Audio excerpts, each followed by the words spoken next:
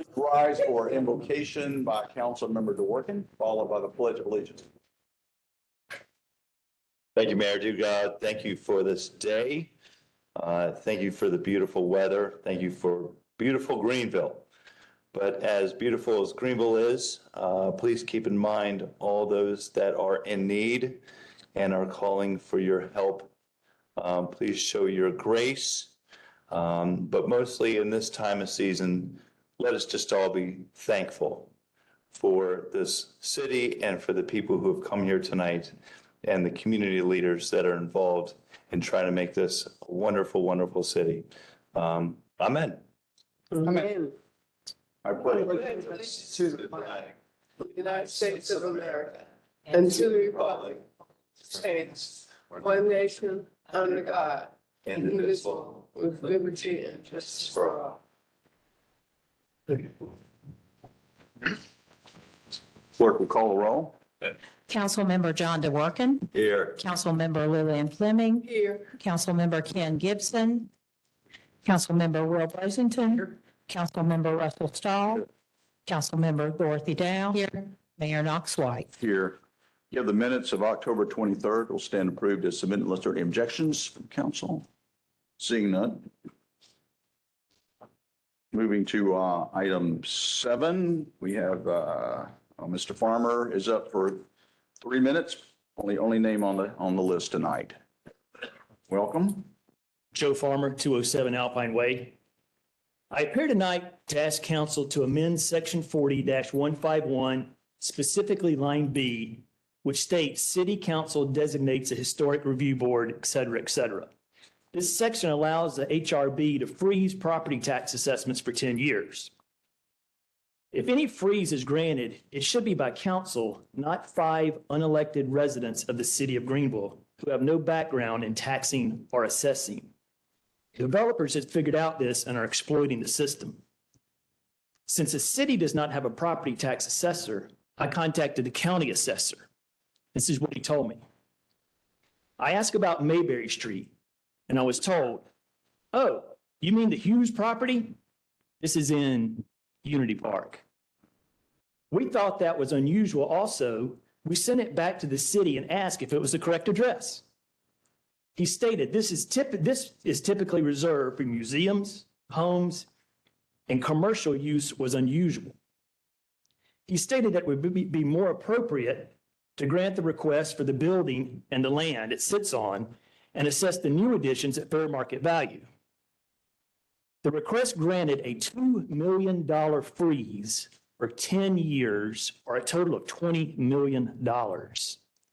I asked if the county would honor the HRB's actions, to which I was told yes.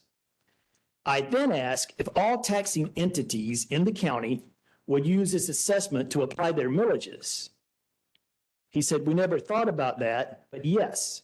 Now what that means, this means Greenville County, city, school district, library, Greenville Tech, Art Museum, and Arena District all lose $20 million of assessment. This Thursday, Spinks was on the agenda. It got changed on Thursday, asking for the same for the old station property.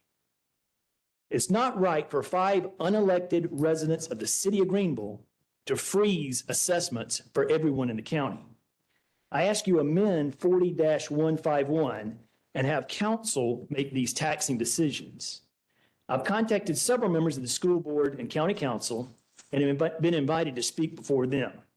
We need elected representatives to make taxing decisions, not an obscure appointed board that meets at 3 o'clock on a Thursday. You see the problem we're having here? It's that these city residents just made a decision that affects all these other entities within the county. They're appointed, not elected.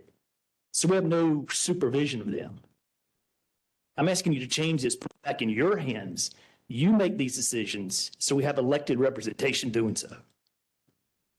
Questions? Sure. All right. Thank you. Appreciate it. We have a presentation tonight. Mayor's Youth Commission. Who's in charge of that? Tamika.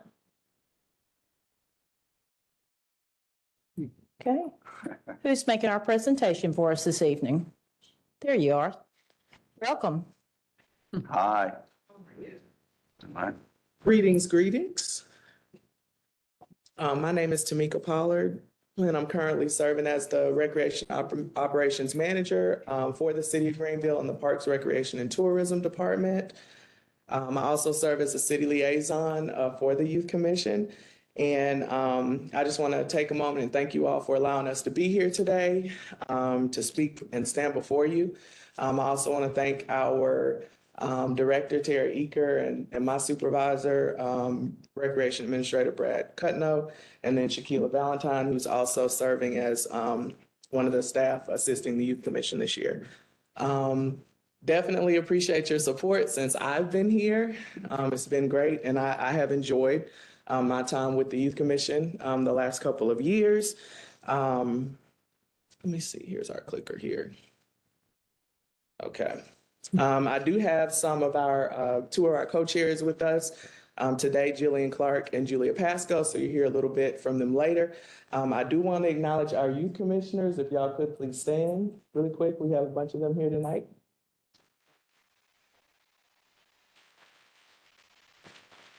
Thank you. You can be seated. They are a great group of youth, and I'll talk a little bit more about them in a little bit. So the Youth Commission will actually be celebrating 14 years this year, 15 next year. So that is definitely pretty awesome. When we look at the vision, the mission, and the purpose, some of the words that just stand out to me on here is valued and meaningful within that vision. If we contemporize it a little bit, we would call it a safe space. In terms of the mission, just wanting them to serve as advisors to the city council, the city manager, and other city staff, so utilizing them in that way.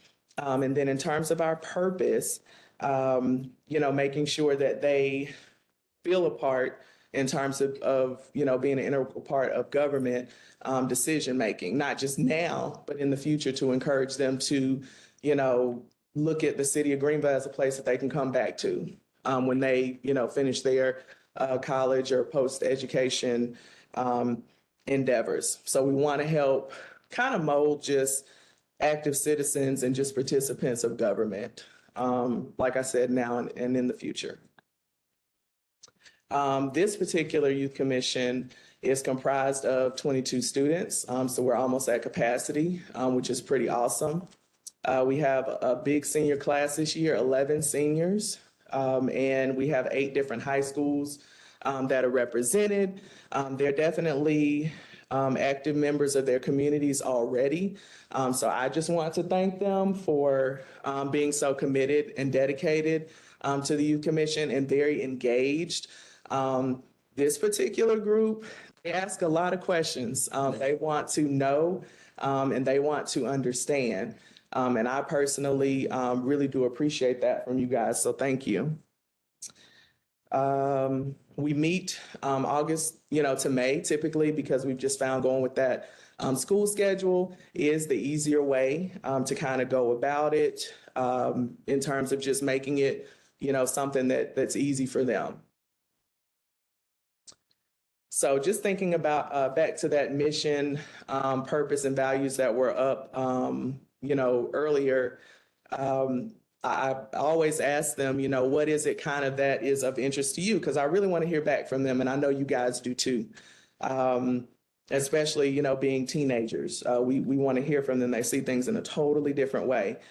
So thinking back to that and just our intention and how it aligns with them, these are the answers that they gave through conversation, and then also through some written polls and surveys just to kind of get that feedback last year and this year. And if you, kind of look at it, they want to be considered in processes that will ultimately impact their futures. They want to have opportunities to give their input in a way that is influential, that has something, adds value to what the city is doing. And then they want to gain a greater understanding of how government works together. I'm sure many of you can attest that, your view of government, maybe when you were in high school, in the classroom, and kind of what it is now may be a little different. So just helping them gain that understanding, understand what they can do now in terms of that. So with that, I'll go ahead and have Jillian come up and talk, because again, we want you guys to be able to hear from them. So our co-chair will be joining us. Okay, thank you. Thank you. My name is Jillian Clark. I'm currently one of 2 co-chairs on Youth Commission. And Julia Patrick. I was running a little late. And I'm the other co-chair of Youth Commission. Okay, So, some express points of interest that we've had in our meetings are building community with each other. We've really enjoyed being able to connect with our peers from other schools. We really enjoyed being able to connect with our peers from other schools through Youth Commission. It's been a great experience hearing about their experiences in Greenville. We've also really enjoyed attending city council meetings like this one, where we get to hear about what's actually going on in Greenville with policy and such. We've also really enjoyed connecting with city officials and city leadership. It's been a great experience. You guys have come and talked to us. Some of you have come and talked to us, and it's been very helpful. You've answered a lot of our questions. We've also really enjoyed learning more about city departments through these presentations, because it's pretty difficult to understand what some of these commissions do exactly, so that's been really helpful. Another thing is understanding what the city does that affects our day-to-day lives. And we've also enjoyed being able to share ideas that we have with city staff. We've also really enjoyed being able to ask questions, because as you may have seen, some of these agendas are hard for anyone to understand, let alone teenagers. So. And throughout, our Youth Commission meetings, we've had different departments come and speak with us and share with us, how they work within the city. And so some of the main ones we've had so far was at first a strategic stakeholder meeting, which was Parks, Rec, and Tourism came and talked to us. And the goal was really to gather our opinions and our thoughts. It was a big discussion base. They had teenagers, not just from Youth Commission, but from across the community come in. They asked us questions about what we wanted to see more of and what we really value within our community. And the biggest takeaways from those were more like parks and common areas within the community, similar to Unity, where it's a big open space, it's accessible, it's for the most part free, but more accessible places, not just within downtown, with maybe the outskirts. That, teens can use, families can use. And then another big one was an expansion of the public transit and transportation systems that just, help, whether that's Swamp Rabbit Trail, bus systems that help ensure accessibility and, easier, possibly free access to areas. And in addition to that, making sure that those are safe and that, we as teens feel comfortable going on those. And then 2 meetings ago, we had sustainability program conversations with planning and development services. And, we learned what they do. It was really impactful and helpful for us because that was a big thing we wanted to see more of within our community. And with that, we took away that, we love what's being done already for volunteer efforts. And while, Youth Commission is not a service organization, we still want to be involved in community-wide efforts, and especially picking up, trash along the Swamp Rabbit River, the trails, parks, anything to just maintain the greenery within our city. And in addition, we just want to learn more about how we can be environmentally friendly going into adulthood, being the future of Greenville. We want to make sure we're keeping it as green as we can. And y'all have done a great job already doing that. And we just want to continue that. And then at our last meeting, the Greenville Police Department came and talked to us. And, we discussed that we really wanted our safety to match the growth of the city. And, as cities grow, they can give way to more crime, just that happens. And we want to ensure that, we can do as much as we can to give our impacts on how we feel safe, what would make us feel safer. And especially along the Swamp Rabbit Trail, that's something, we have a lot of members of Youth Commission that run, I'm on that trail a lot. And, there are times where I want to make sure I feel safe, as a woman running alone. And on top of that, enhanced lighting for driver and pedestrian safety. We're new drivers, we're not the best, we just started out. So we want to make sure that for our safety, for others, for pedestrians, that's as good as it can be. All right, so some future areas that we would like to explore during our 2024 year are expanding the public transport system. Like Julia was saying, a lot of us are new drivers. So getting teens off the road is beneficial for everyone. And in addition to that, gas is expensive, cars are expensive. Some teenagers don't have license. It would benefit everybody.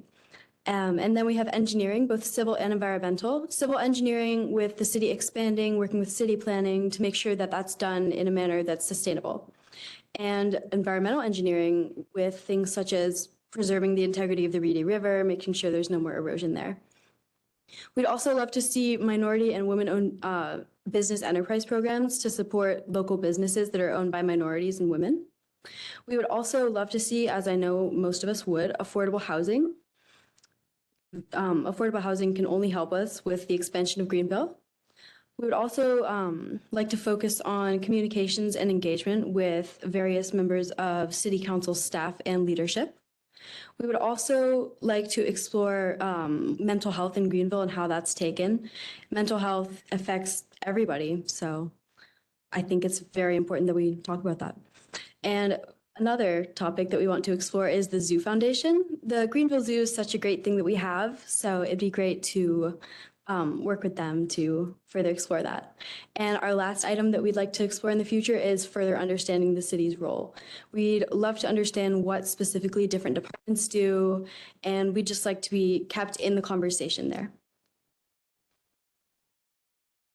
And we really thank y'all for, allowing us to have this unique experience that I'm sure a lot of cities and communities don't have.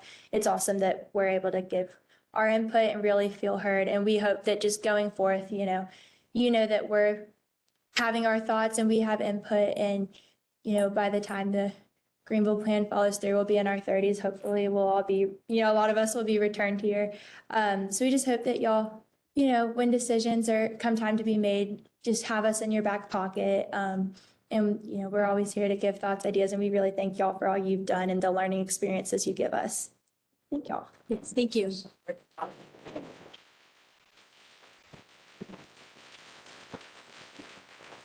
Real quick, is Tamika still, oh, there's Tamika.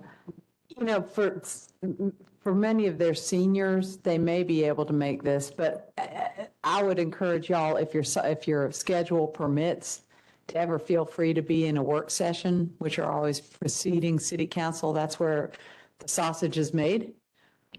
Very nice. And you're welcome. And, that's where you really get to learn in depth about whatever items are on that agenda in terms of topic discussion. So I know that's a tough time if it's 3:30. I'm hoping some of the seniors can accommodate that, but always know they're public and welcome and a great way to learn a little more in depth. I was thinking the same. We've got a shovel-ready 60-minute slideshow for that second bucket of engineering. Yeah. Great job, y'all. I was on the youth commission.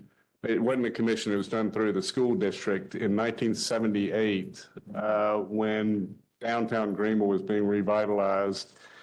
I want to inspire y'all to sit here and run for office and be engaged. I think this is a great first step in y'all doing that, and not while I'm still in office.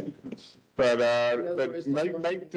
take advantage of the relationships you build with the youth commission and forming the foundation to eventually run for office and get on boards and commissions and stuff like that. So congratulations, we're in good hands.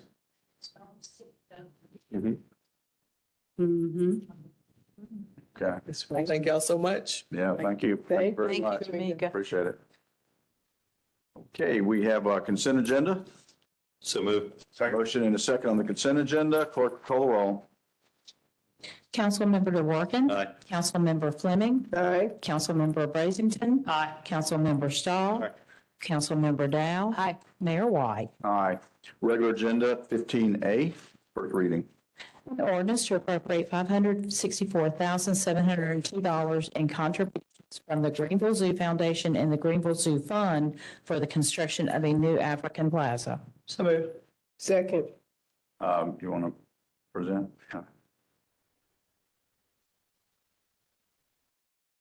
Good evening. I have Bill Cooper, our Director for the zoo, our zoo administrator. And then I've also got Lydia Thomas here as well from the Zoo Foundation. This is an appropriation for the Africa Plaza and Exhibit project that will see co-space for our tortoise and porcupine exhibit, comprising of a new enclosure area and support den keeper structure with viewing windows for public access during winter months. There will also be a plaza with donor etched bricks, which will be installed along with a new ADA access path to the exhibit. And that will feature a lion training wall addition that will allow zookeepers and staff the ability to host educational events. This exhibit is going to be a wonderful upgrade to the zoo, and it's going to provide a much more diverse landscape and lagoon-style wading pond, which will greatly increase the well-being for our pair.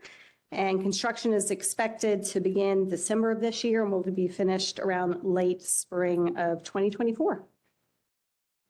Okay, thank you very much. Appreciate you guys being here tonight. See, there's continuous construction at the zoo. It never stops. It's a good thing, yeah. Clerk, call the roll. Councilmember DeWorke, Councilmember Fleming, Aye. Councilmember Brazington, Councilmember Stahl, Aye. Councilmember Dow, Abstain. Mayor White. Aye. Okay, 15B. An ordinance to appropriate $1,830,898 in the Capital Projects Fund through the public space upgrades and safety improvements allocated in the South Carolina State Budget for fiscal year 23-24. So moved. Second. Motion second. Call the roll. Councilmember DeWorke, Aye. Councilmember Fleming, Aye. Councilmember Brazington, Aye. Councilmember Stahl, Aye. Councilmember Dow, Aye. Mayor White. Aye. 15C. An ordinance amending Chapter 8 of the Code of Ordinances of the City of Greenville, that's Sections 8-2 and 8-280, and repealing and replacing Appendices A and B in order to update the class schedule as required by Act 176 of 2020. So moved. Second. Motion second. This was discussed at workshop this afternoon. Correct. Patricia, remind us how many businesses will have reduced business license taxes? So roughly 92% of the businesses, or I want to say 8,300. Okay. Questions? Clerk, call the roll. Councilmember DeWorke, Not voting? Councilmember Fleming, Aye. Councilmember Brazington, Aye. Councilmember Stahl, Aye. Councilmember Dow, Aye. Mayor White. Aye. Okay, 15D. An ordinance to enter into a development agreement with West End Stadium LLC for the design and construction of public improvements at the corner of West Field Street and Augusta Street, and to appropriate $232,500 in the additional funding from the Economic Development Project and the Capital Projects Fund for the project. So moved. Second. So moved to second, okay. Clerk, call roll. I think we discussed it. Councilmember DeWorke, Aye. Councilmember Fleming, Aye. Councilmember Brazington, Councilmember Stahl, Aye. Councilmember Dow, Aye. Mayor White. Aye. Recognize Mr. Brown here tonight. Thank you very much. And good to have you with us. And new business 16A. A resolution to approve amendments to the standard operating procedures of the Public Safety Citizen Review Board. Move to approve. Second. Motion is second. Do y'all want to hear from? No? Okay, all in favor, say aye. Aye. Opposed? Ayes have it. Okay, Ms. Manager, that was a very succinct agenda tonight. Mm-hmm. You have anything you want to add in the public meeting? Yes, I would just like to end the night with some good news about both our city events team and Artisphere, both taking home gold medals from the International Festivals and Events Association. Artisphere won 3 gold, 4 silver, and 2 bronze medals. But they weren't the only winners. Our city events team and tourism team also took home 2 gold, 3 silver, and 1 bronze. And they took home gold for best parade for Up Poinsettia Christmas Parade and for best sponsor partner with TD Market. So I would just like to recognize the outstanding work of both the organizations, both Artisphere and what they bring for our community, but also the work and dedication of our Parks, Recreation, and Tourism team each and every day. So I just thought it would be a great way to.